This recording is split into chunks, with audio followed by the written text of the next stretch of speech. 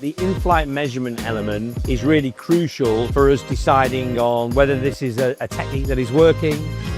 I thought the session was excellent. It was always a really interesting campaign to work on. It's one of our largest clients. It's a global household name. There was an element of interest in there in that it wasn't just a normal kind of display or video retargeting campaign. We had digital at home in there. There was a reason to do digital at home in these particular markets at the particular time because there were World Cup qualifiers on, and Lenovo are one of the main sponsors of the World Cup. And then we have the social element. So everybody knows how big TikTok is with regards to all brands, but it has a challenge in terms of measurement. So the fact that we were able to bring all of that together and run a really coordinated campaign from upper funnel to lower funnel and do some really cool things with a cool brand, I thought it was really interesting. I think in terms of the key takeaway for me was, we mentioned this a few times, but the tech will only go so far and the data will only go so far. The big element for me was how do we react to that data, and the in-flight element was a key part. Do we stick or twist? So having a conversation between all of the various